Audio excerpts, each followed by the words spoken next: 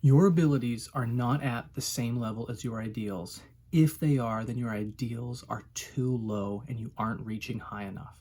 So, of course, you can't live up to your ideals. When you chase your ideals, don't worry about being correct, just be directionally correct.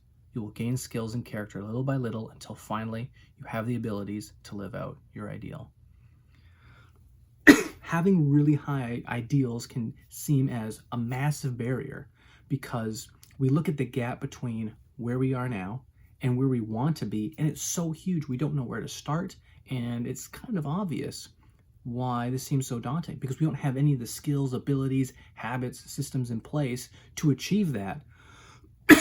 But if we don't let ourselves incrementally get there, and then of course we're setting ourselves up for failure, and sometimes we can white knuckle our way through it for a couple of weeks, but then self-discipline inevitably runs out and we're left with just disappointing and being like, well, okay, I guess it's just not going to happen.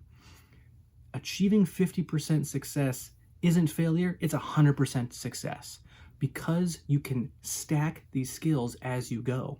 The best example I can give is my most recent experience with dieting. Like everyone on the planet, I try and lose weight and it just doesn't work or works for a little bit. But recently had massive success with using these like zero sugar, artificially sweetened drinks. So rather than snacking, I just drink those instead. And yeah, you can look at that as, well, it's a crutch. It's not great. How healthy are those really? But I still see it as a massive win. Losing weight, and yeah, every night I have to have one or two of these things.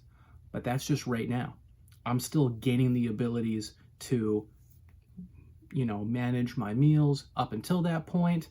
And maybe after a while, it's not one of these weird diet things. It's an electrolyte drink, or maybe it's a scoop of protein, or it's some herbal tea. And eventually I get to where I want.